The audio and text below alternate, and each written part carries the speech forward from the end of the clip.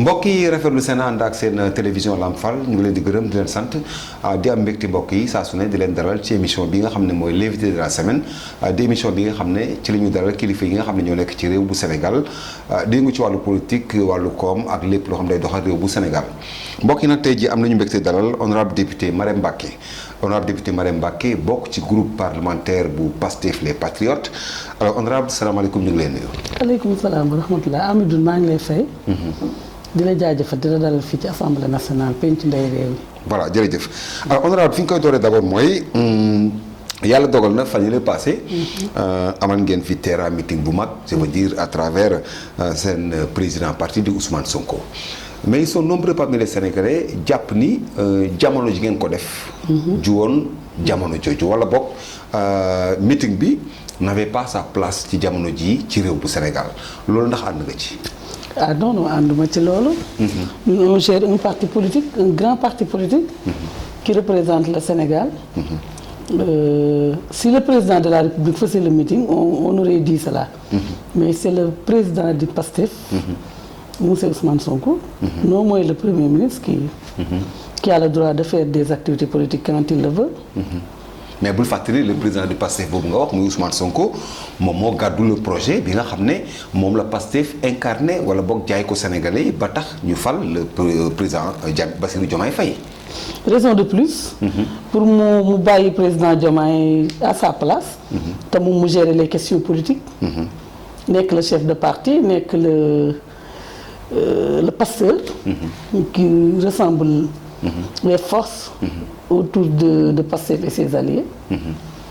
Ok, ils sont nombreux aujourd'hui parmi les Sénégalais à dire que c'est vrai def ngeen terrain meeting. Il y a eu une très grande mobilisation. Car oui. machallah Jamais égalé, jamais égalé. Voilà, mais aussi ils sont nombreux parmi certains observateurs qui disent que mobilisation yàgg nañ ko fi gis mais cela ne voudrait pas dire li ci urne yi est-ce que d'accord nga. Je ne suis pas d'accord aussi parce que mobilisation yi ñu daan gis dañ daan fay nit ñi.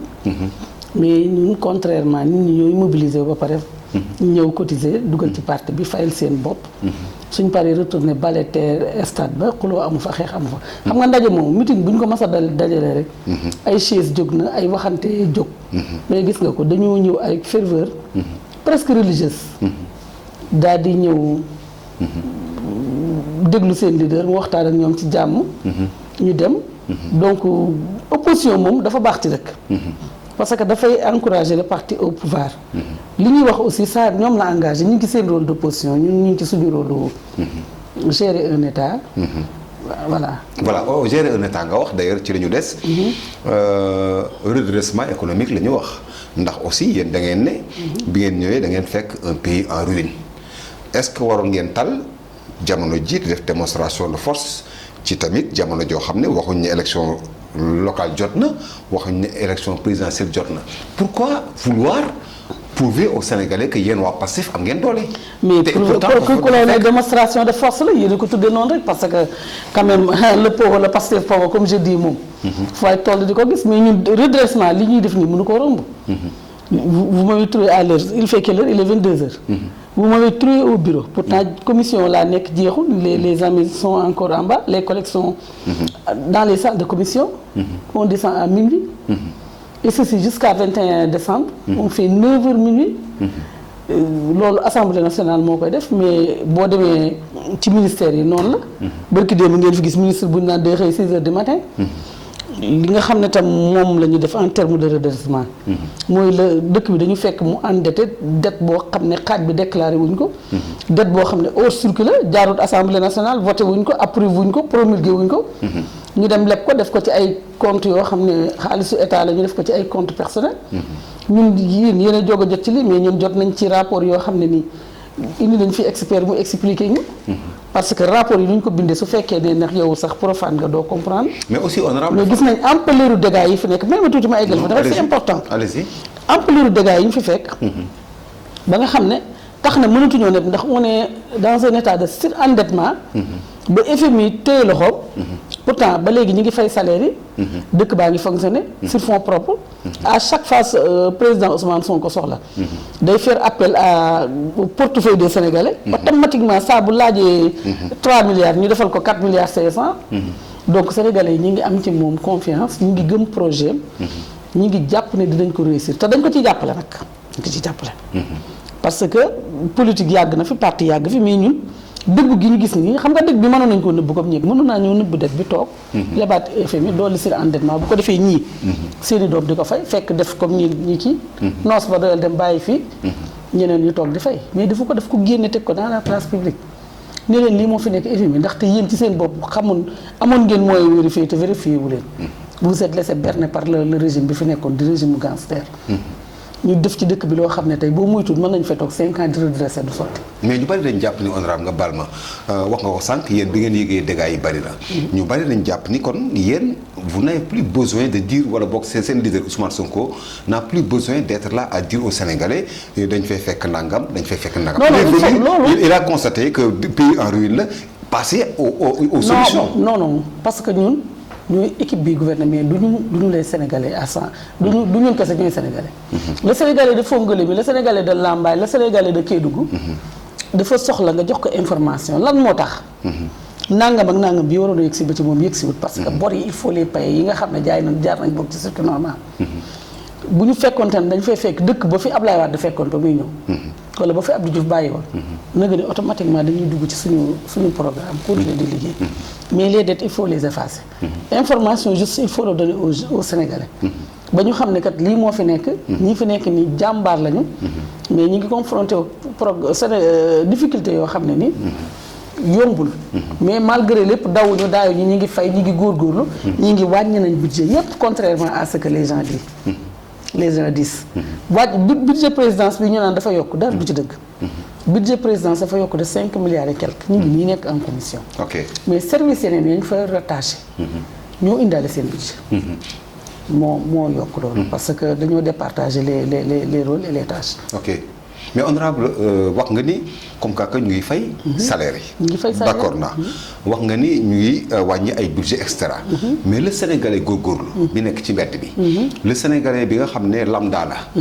ñi si gën a bari jàpp nañ ni jamono ji la mu demee mooy dañu serrer leur ceinture parce que la waaye doon amatu ko ou bien peut-être ci ay jafe-jafe lu ñu nekk. waaw mënuñoo am lañ daan am parce que sur liquidité bi amoon. mooy sàcc gi daal. xam nga inflation sur liquidité moo koy créer. soo fekkee yow kër bii di jar 10 millions. yow ngay jéem a blanchir de l'argent nga dikk fekk kër yi fi nekk yëpp nga jënd leen bu ne 20 millions. léegi yokk nga kon bi kenn dootul jaay moins de 10 millions kër moins de 20 millions. léegi loolu sur liquidité nit xaalis bu moomul di ko jéem a blanchir day yàq baaxul ci économie. Sénégalais lambda yooyu nga xam ne ñooy les marchands ambulants ñooy le secteur informel. nga xam ne man ci laa liggéey naa ci xam naa ko. ñooñu bu fekkee ni sur liquidité wàññiku na dañ koy yëg. mais bu ñu redressé ba ca kanam ñoom ñoo ciy gën a jariñu parce que. fonds yi président Diomaye mettre na ko sur place instruire monsieur le premier ministre Ousmane Sonko. ñu teg DER teg FONGIP teg FONGIS teg FAISE. te ñooñu defatuñ far làqu ñu ngi lebal nit ñi ci critères yoo xam ne sénégalais nga. ayant droit nga ci ñu jox la. nit ñi aussi il faut ñu bàyyi tàmm lu yomb. il faut ñu arrêter xale yi comprendre nañ loolu sax léegi boo demee di leen dëgër fii dañu la naan vraiment ñun ñoo voté lii. nangam ak nag il faut ñu jéem a respecter suñu bopp. di liggéey dem dans les marchés. luy ay place pour di ci liggéey. tege ci yoon parce que man gis nga man. mais bu fàttali honorable doguma la mais jamonoy Macky Sall suñu mësaan laal dëgër marchand ambulant yi déguerpissement yi ñenn ci yéen daan génn di ngat loolu. non man de musuma waaw non xam nga nag doo xam mu ko ñëpp mais man li ma xam moom laay wax mooy. waaw. un pays sa structure bu bëggee dem boo bëggee bañ a rater le train du 21e siècle. il faut nga jaar ci norme standard yi. mooy. ku bëgg a choisir commerce. nga dem dans les marchés louer sa magasin. wala bu dee marchand ambulant nga am sa kii xam nga Europe même les marchands ambulants dañuy fay taxe. te dañuy am norme dañuy am fu ñuy lal ak fu ñu dul lal ak heure bu ñu fay def. lu tax fii nanguwuñ ko foo jot buntu kër jàmbur nga toog. ñu dëkk tey marché lu autour de marché Castor wala autour de marché HLM dama leen di yërëm. loolu baaxul bu fekkee ne noonu ngay wutee sax li ngay am da dul barkeel. il faut qu'on accepte aussi de se conforter à la règle. voilà waaw parce que tam du.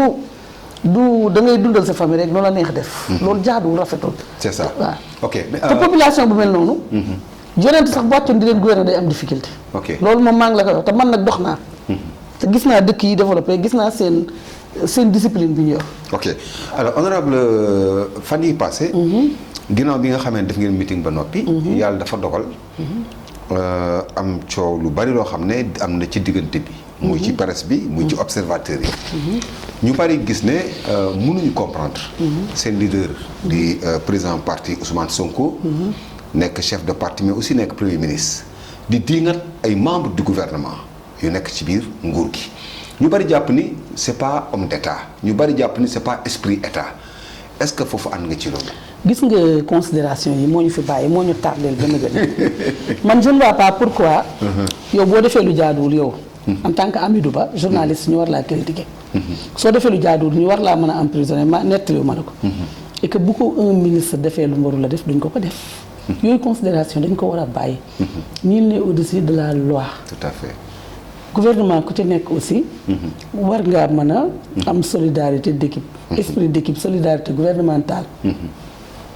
Si un ministre peut se permettre d'avoir certains comportements, mais vraiment un premier ministre a aussi le droit d'avoir un certain comportement.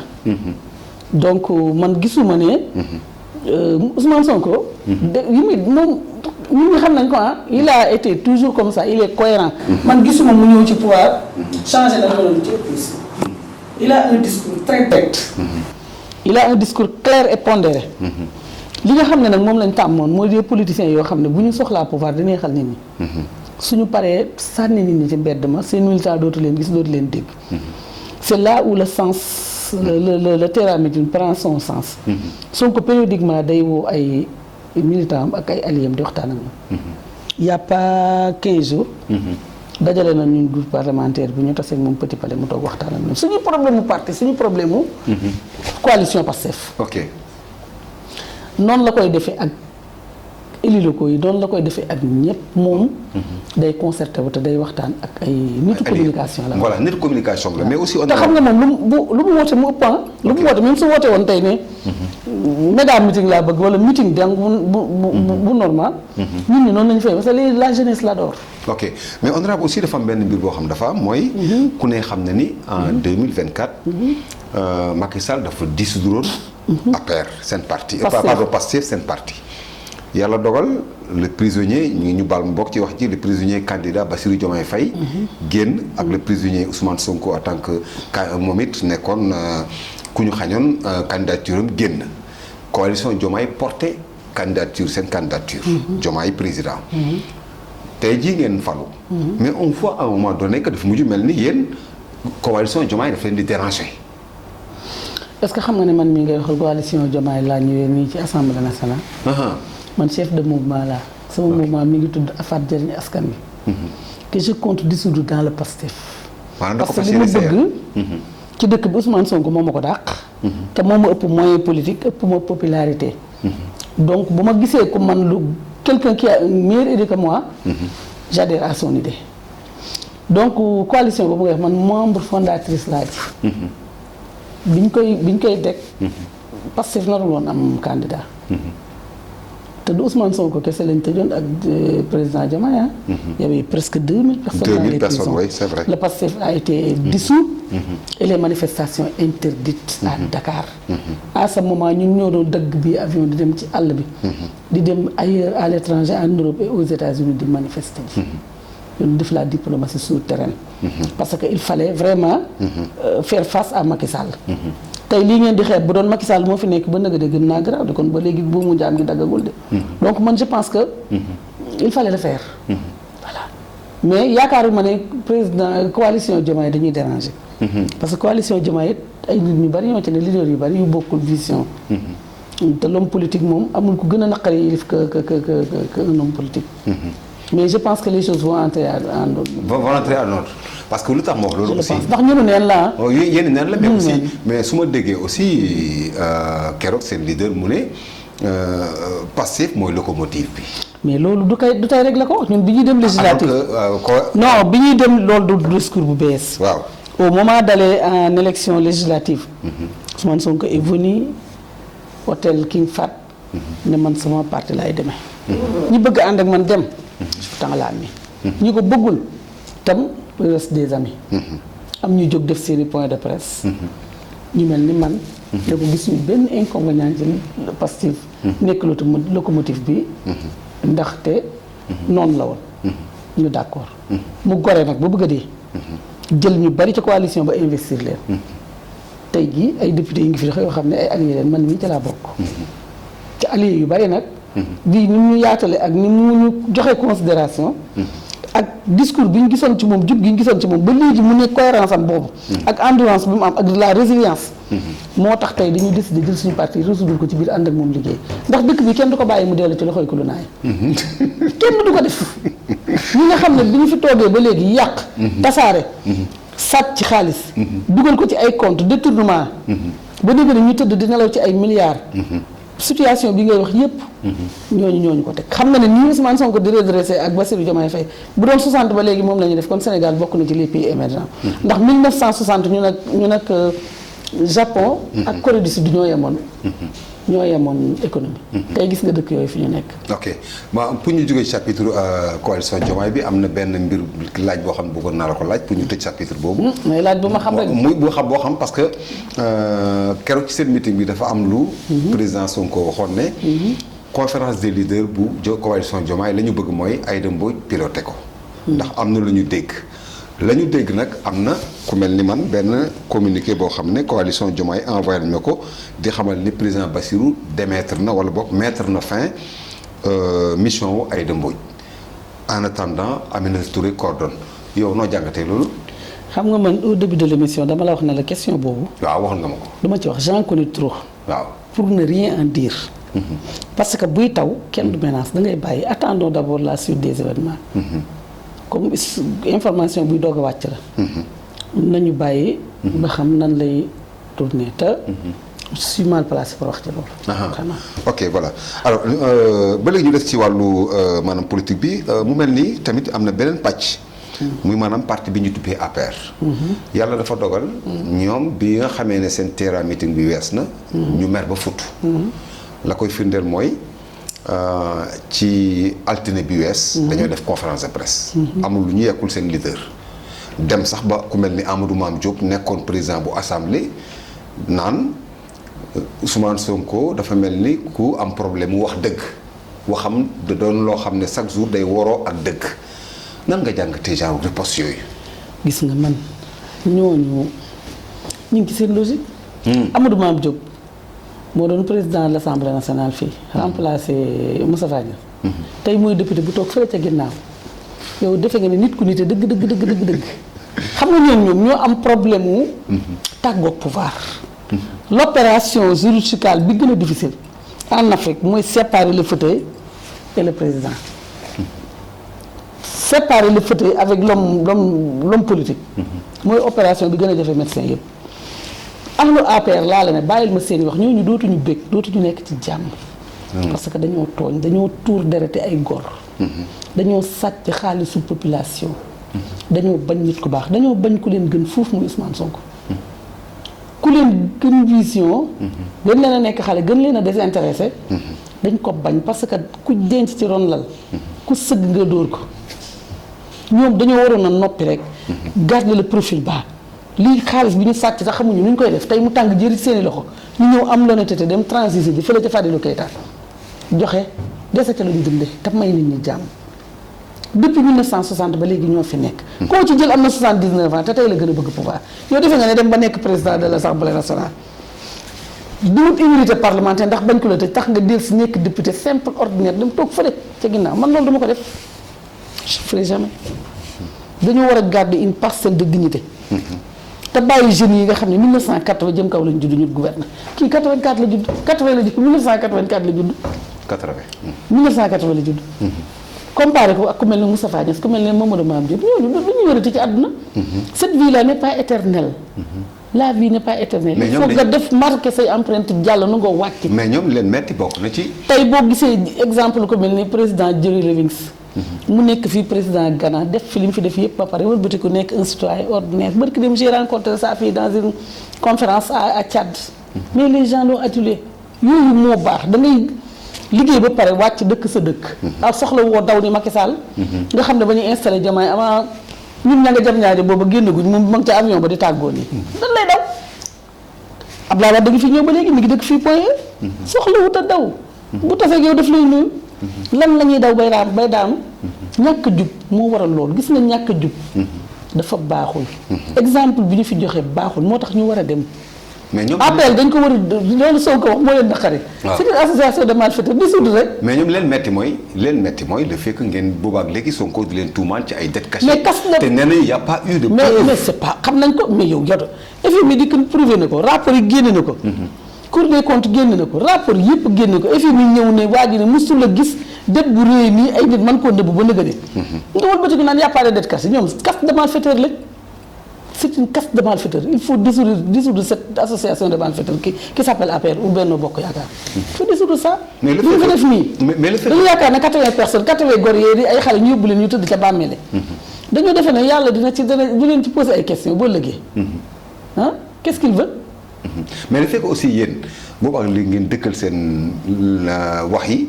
nañu dissoudre APR nañu dissoudre APR est-ce que c'est pas une revanche bu ngeen bëgg a def. d'autant plus que ñoom dissoudre nañu Pastef. ñoom bii ñu dissoudre Pastef daf ñoo moo tax ku mel ne man. ñu dissoudre Pastef moo ma tax a engagé wu injustice boobu xeex ko moo tax ma engagé wu ñëw dugg ci biir Pastef moo tax keneen ak keneen ñëw gis nga. injustice boobu boo ko defee ci kaw nit rek yàlla da koy fayee jàmm. ñun taluñoo sax di fayonteeg ñoom mais. di fekk APR bu moo doon làq sàcc yi. coon ca président APR moo tege woon ci kaw dossier yi nga xam ne ñoo gën a scandale. moo tax chaque jour que jëfee avec un lot de découverte de scandale. c'est au nom de ces scandales qu'on doit dissoudre l'APR qui est une association de malfaiteurs. et vous croyez. oui ça c'est logique vous croyez. c'est logique. ah mais su boobaa di ngeen def lu kenn deful parce que aussi boo xoolee. waaye xam nga ne APR n'existe plus li xewoon parti bi bu borom demee rek en général. li leen boole woon mooy xaalis bi nekkatu fi borom daw na yóbbaale trésor public. ñi ci des dañuy dem former seeni formation yu ndaw. ok moom ku ko dissoudre naturellement day dissoudre parce que mënatuñoo ànd pour ñoom seen bopp déggoowuñu. s'entend pas. mbokk yi ñu fàttali leen ni sunu gan di honorable député Marème Mbacké ñu fàttali leen ni honorable député Marème Mbacké mu ngi bokk ci groupe parlementaire Pastef les Patriotes alors honorable député fan yii yëpp gis nga li nga xam ne moo jot a am. muy coor Abdourahmane Diouf. di ab jëwriñ ñu bari jàpp ni il doit démissionner ñeneen jàpp ni dafa war a des mais lu ci mënti am ils sont nombreux aussi à dire que. na ko jëwriñ ju njëkk ji defee keroog di maanaam wili pande ko ci kanamu askan wi ah c'est pas état est-ce que jàppoo ni que les affaires d'état ne doivent pas être quand même exposées ba tey jii on peut dire que président dafa nekk ci embarras pourquoi am dafa nekk ci embarras mooy ñii ñu ngi naan daf ko war a dàq ñii ne waru koo dàq alors c'est quoi au fond. Monsieur Abdourahmane Diouf le jumeau tardif de Diomaye. le jumeau de la 25e heure mi ngi ci suuf moom la ñu amal commission yi ci moom laa jógee ñëw fii. waaw mi ngi fii ci suuf député yi di waxtaan ak moom. waaw mais c'est des affaires de l'État rek de toute façon fii moom dara jommaluñu. adduna moom ndànk-ndànk rek parce que qui sème le vent récolte la tempête donc. man loolu aussi aw ma ci man daal bu ma sañoon nga laaj ma ci économie. laaj ma ci redressement économique laaj ma ci luy développer dëkk bi. mais man conflit moom. ak tension yi sama affaire. xam naa ne daal moom wax naa ko léegi qui sème le vent récolte ki sème ku ji ngelaw récolté càll meer. mais jàpp nga ni kon donc fu mu toll nii moom mu def erreur dafa def erreur. loolu c'est pas à mon niveau c'est au premier ministre c'est au président de moom ministre la man. man élu la man je suis à l'Assemblée nationale di voter les lois ak contrôler l'action du gouvernement. ok en tout cas daal fii moom mooy roq ba sax moom ministre bu fi ñëw. waaw. di nga tase ak député yi te moom on a l'immunité parlementaire bu wax jotee moom dañ koy wax. ok voilà alors honorable yàlla dogal nga nekk madame Mbacké. nga fekk baax Touba su ma juumul. te ku fekk baax Touba day mel ni xam nga àll bi.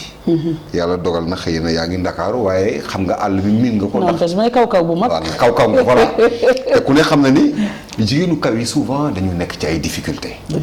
ay difficulté ci wàllu suuf ay difficulté ci wàllu ay financement ay difficulté ci wàllu nekkin alors yàlla dogal ngay député yow tey jii ban apport tey jii nga amal tey jii soxna yi nga xam ne ñoo fekk baax ci Touba. loolu nag boo demoon ci soxna yi nekk Touba laaj leen ko ñoom ñoo ciy gën a mën a répondre mais man mën naa la ne man au début je ne faisais pas la politique j'étais dans l'humanitaire. Ok. J'étais dans les associations de femmes dans les GIE. Ok.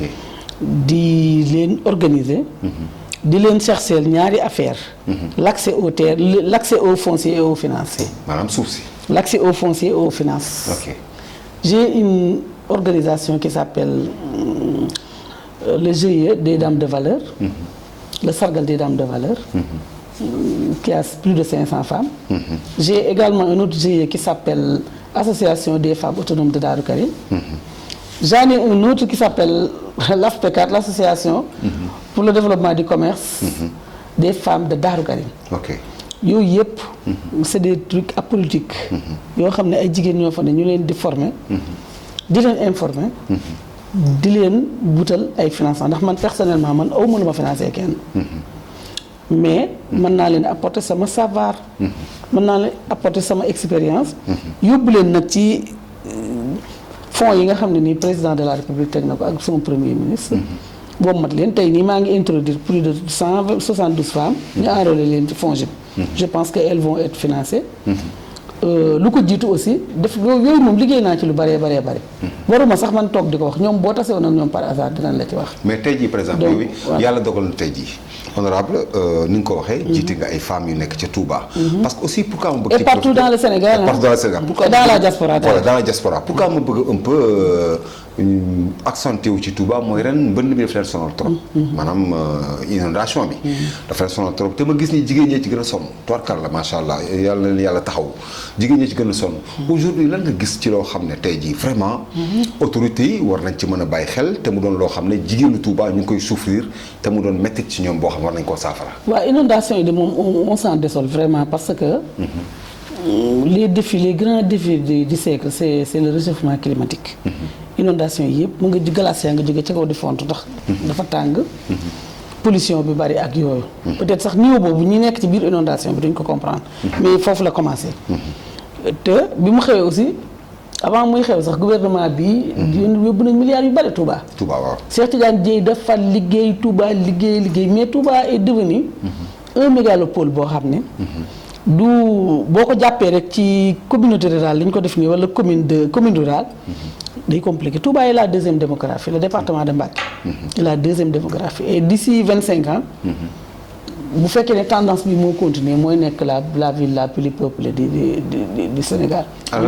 mooy gën a peuplé Dakar. lan ngay tontu par exemple mbokki Touba yi nga xam ne. ci la ma si wulee ma eggale allez-y donc boom démographique boobu. ci dëkk boo xam ne nii. au début village yu sëriñ bu mag la woon rek mu ñaanu sëriñ Touba nangu. ñun ñu jóge fu nekk daw ñëw ni démographie bi demee. infrastructure yi da ko suivre. parce que dañuy fàtte ne moo topp ci Dakar. te ni li ñuy investir Dakar defuñu ko par exemple boo jëlee projet bu mel ni TER bi. c'est une injustice. parce que déséquilibre la nga defal Dakar 3% du territoire sénégalais nga jël investissement yi 90% def ko fi. Je salue d'ailleurs le rétablissement du petit terrain de Ngabou Mbacké Touba. ndax mi ngi permettre élèves yi ñuy jàng te def Touba région de Diourbel. mooy région bi gën a manque scolarité. bi gën a moins scolarisé. mooy région bi ëpp déperdition scolaire. parce que transport dafa jafe. mais bul fàttali ne Dakar mooy capitale bi aussi. parce que dem nga ba naan xaw ba bëgg naan benn genre injustice la mais. Dakar non Dakar le Sénégalais de Dakar. waaw n'est pas plus valeureux que le Sénégalais de Touba. Je suis entièrement d'accord mais aussi. et dans les pays c'est le Carrefour. monsieur Ba may ma tuuti ma wax. waaw ayca waaw. bul def loolu bu ma ko waxee du waa Touba rek moo tax ma wax ko. waaw. ñëpp xam nañu Sénégal dëkk bu macrocéphalique la. c'est vrai. la décentralisation dafa war a am. boo gisee tey exode rural beeg marchand ambulant yi ngay wax yëpp. dëkk yi jeunes yi dëkk. dafa amul infrastructure ba ñu mën fa toog liggéey. donc tout le monde rue vers Dakar. et ça crée des problèmes des embouteillages. des saletés dans la ville. des bidonvilles. et tout. bu fekkoon ne tey dëkk bu nekk dañ koo jox àqam. capital bi mën nañ ko favoriser mais nañ jox yéen dëkk yi seen y a des villages yoo xam ne boo fa demee y a rien. Vous ne comprenez pas ce que veut dire rien de rien. loolu jaaduwul dans les pays développés et dans les autres pays. Il y a des villes économiques des capitales on les appelle des capitales économiques. parce que dañuy am li capitale bi yëpp am ba pare ëpp ko. boo demee tey Côte d'Ivoire Yamoussoukro mooy capitale Côte d'Ivoire. mais Abidjan mooy dëkk bu mag bi. te lépp li Abidjan am sax far Yamoussoukro am ko soo demee un pays comme l'Italie. Milan est la ville la plus grande la ville économique. Rome est la capitale. ainsi de suite mënoon naa la ko tuddale boo demee South Africa. Pretoria mooy capitale. mais Johannesburg mooy ville bu mag ba. noonu la dëkk yi di def ni selon ni dëkk yi toll. boo demee États-Unis Washington DC mooy capitale. mais New York la ñëpp xam New York mooy mégalopolis bu boole presque 4 états yëpp nekk benn ville. bu def Boston ba New York benn ville la. léegi noonu la Dakar nar a def nii nekk Thiès ba triangle Dakar Thiès Mbour. mais boo demee dans la région de Diourbel ba Touba benn ville lay nekk nga greffé ci nag ay Daaru Musse ay Taïf Mbacké Touba yooyu ko wër.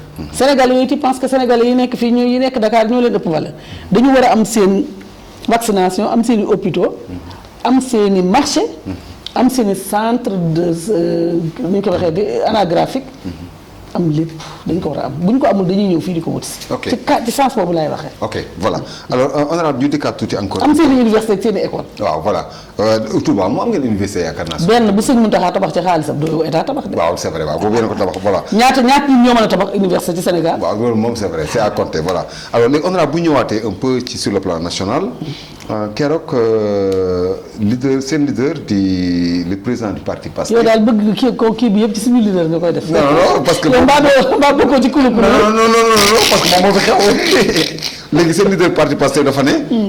Sénégalais nañ leen muñal. réew kenn mënu koo tabax ci ñaari at. dëgg la et pourtant honorable il fut des temps à travers vos communications. que ça soit Pastef wala yéen les alliés da ngeen wax ni. bu ngeen ñu joxee réew mi ci diir bu gàtt ñu redressé ko lu xew. ba ñuy wax loolu. waaw yëguñu woon ne ndëgg sërëx gu toll ni dette bi 7000 milliards de dette 7000 milliards ñu ngi fi teg toog dañu xaar bi ñu wax loolu. xamuñu woon li bi ñu ñëwee leen découvrir pièges yi nekk ci biir yëpp. léegi nag fi mu ne lépp lu ñu liggéey rek naroon koo tabax mu jëm kaw rek kàmb lañ fekk lu ñu liggéey def ci kàmb bi daf bu feesee rek ñu taxawal la kii bi. ñu ngi ci fondation bi fi mu nekk nii. ok mais rassurez-vous la fondation va être tellement durable. que lu ñu ci teg dana taxaw. fondation bi ñuy def nii. bu ñu yàlla dimbalee Sénégalais yi nangu takk serrer la ceinture tuuti. bu fondation bi pare taxawal immeuble bi dootu. mais serrer la ceinture alors que madame honorable seeni ministre serré wu ñu si. non nous la serrons tous seeni ministre à commencer par fii nga. mais ma jox la wax exemple par exemple honorable seeni ministre luxe bi ministre Macky Sall yi nekkoon ca la ñu nekk ba léegi. mais ñu ngi ci def li ñu mën. wala par exemple luxe changé wul. déedéet son président premier ministre ñi ngi rëdd du gis dégg nga barki de muy wax oto yu. ñuy am essence di wëlbatiku di am ay oto. mais yow ndànk-ndànk da ngay découvrir di nangu budget xoolal dama la ne. budget ministère yëpp wàññi nañ ko. budget de fonctionnement yëpp wàññi ko y compris celui de la présidence. de la primature. assemblée nationale rek la ñu wàññiwul député parce que. li ñu fi war a defaraat dafa bari te personnel bi dañu nekkoon ci benn injustice boo xam ne. le président El Malick a tenu quand même. c'est le lieu de lui féliciter. à defaraat administration bi. defaraat fii yu bëree bëri mode de fonctionnement bi. defaraat toilette yi redressé waat joxaat travailleurs yi seen àq. donc loolu moo tax. budget assemblée nationale est légèrement augmenté. ok alors honorable léegi li ci des ci émission bi bariwul ma bëggoon ñu wax ci yow tuuti. yàlla dogal na premier ministre dafa ne élection locale yi ñu jëm moom dañoo bëgg def razzia. maanaam da ngeen def ci élection législative yi. noonu ngeen war a def maanaam fexe ba lépp luy mairie ci dëkk. mais noonu la ñuy def ngeen jël ko noonu lay doon xam. ndax yow honorable dafa bokk ci yow. fa nga fekk baax di Touba. nga taxaw samp sa ndënd. wala fii ci Ndakaaru ndax ku ne yaakaar naa. Hann Bel-Air Hann Bel-Air lan nga fas yéene def ci élection maanaam yow maanaam fii ñu jëm ci élection yi lan mooy sa taxawaay bu weesoo ndombal tànk député bi parce que nañ yàgg nañoo gis aussi honorable député maire ndax da nga bëgg a dem toll foofu. dafa defe ne yow liiroo charte Pastef. non d'accord naa parce que su liir naa charte Pastef ñaari fonction dañ ko boole mais mën ngaa dem xeex ba noppi ba am ndam li comme na koy Ousmane Sonko defee nga jox ko keneen. de toute façon yëggaguñu foofu. waaw mais man moom personnellement. du ma am katu ambition man xam nga lu ma doon man ouvrière la man damay liggéey rek. yàlla xam na ne assemblée gi nga ma fekk. mosuma tase ak Ousmane Sonko ne ko investir ma. barke alxuraanu karim ak sama bakkanu ñetti doom mosuma ko ñaan audience ne ko yóbbu ma fii xeexuma ci fii lay dugg wala faa man daal xëy naa rek ne ci liste ñëw naa assemblée. mais noo xëy. su ma barke sëñ Tuubaa noonu la demee te su ma xëyoon suba Ousmane Sonko ne ma buntu assemblée gee falaa la soxla. maa xam ne foofu la ma soxla te amal na sa njariñ sénégalais ma érigé sama bureau fee ci buntu vigile man awma du ma xëccookat man damay liggéey rek foo ma teg li ma mën dama koy def damay apporter sama petite pierre ci l'édifice national la construction de l'édifice national. xam nga même fu ma nekk du ma fa xëccoo tous mais boo defee ma def te lu ñu fay def dama koy def lépp lu ñu fay cotiser damay cotiser lépp lu ñu fay def ci effort dama koy fournir. mais même boo gis. la reste yàlla nga koy bàyyee parce que gis nga. yuridu man yasha yàlla moom mooy seet li ngëneel ci loxoom la ne. bi yaddikal xayru. donc li ci loxoom ba la ngëneel nekk te li mu bëgg a def dina ko def. yenn xëccoo yi ngeen dóorante mbëkk ñàkk a xam la rek ñàkk a doy. même su dee c'est vrai que gisee woo Ousmane Sonko pour ñuy def la ci liste député yi manœuvrer nga pour mën a dugg ci liste yi. comment manœuvrer comment. mën nga manœuvrer à distance. loolu nag maanaam yow tey li la def député mën nga ko manœuvrer ba dugg ci liste yi ba tax. non manœuvrer wu ma ko dama ko liggéey. dama ko liggéey manœuvrer wu ma ko su ma nekkul woon ci liste yi itam. je serais resté la même personne avec la même ferveur et la même confiance. au leader Ousmane Sonko. man ak ñi ma àndal ci sama mouvement ñu nekk ay gor nag. nekk ñu désintéressé. c'est le lieu de les saluer. parce que bu ma leen woowoon tey ne leen dugal naa mouvement bi ci biir. Pastef it ñu wëlbati ko ànd ceeg man. les militants de Fat Jariñ Askan Wi maa ngi leen di nuyu di leen remercier. voilà parce que esprit boobu moom. ñun moom lañ mas a yor boo tax bu ñu ko gisee ci Ousmane Sonko hésité wuñ sax. il faut que les gens apprennent. à œuvrer pour le social à faire un don de soi pour la patrie. ok honorable député Marème Mbacké ñu ngi lay gërëm di la sant sa kàddu gu mujj. c'est à moi de vous remercier. di wax rek sénégalais yi nañu ubbi xol yi. ñu ànd te xam ne ñi fi nekk nii yàlla moo leen fi teg. te heure bu ko neexee la leen fiy jële nguur yàlla moo koy joxe. moo koy xañe. nañu leen bàyyi ñu liggéey. suñu demee ba au terme de leur mandat ñu sanctionné leen positivement wala négativement te bàyyi nit yor nguur ngay tibb di xëpp ci kawam di ko saboté Ousmane Sonko lu dul ëmb na doom jiñ nañ ko fii. te tiir ba léegi chaque jour yàlla di ko gën a yëkkati ba bërki démb bi ñuy bëgg a def terrain meeting ñëpp doon nañ wax ne kenn du fa dem mais xoolal li fa yàlla wàcce te fay ñu nit butéelu ndox bi jëndaluñ ko fa nit mu naan. c'est devenu même une foire boo xam ne économiquement li fa génn jege na 1 milliard. loolu yàlla mooy barkeelal mbir. yàlla mooy barkeelal mbir moo ko barkeelal. donc jërëjëf waaw. voilà merci mbokk yi kon sunu gan nekkoon honorable député Marème Mbacké ñu koy gërëm di ko sant. honorable député Marème Mbacké ñu fàttali leen ni mu ngi bokk ci groupe parlementaire Pastef les Patriotes mbokk yi l'invité de la semaine ci beneen numéro jërë ngeen jëf wa salaam.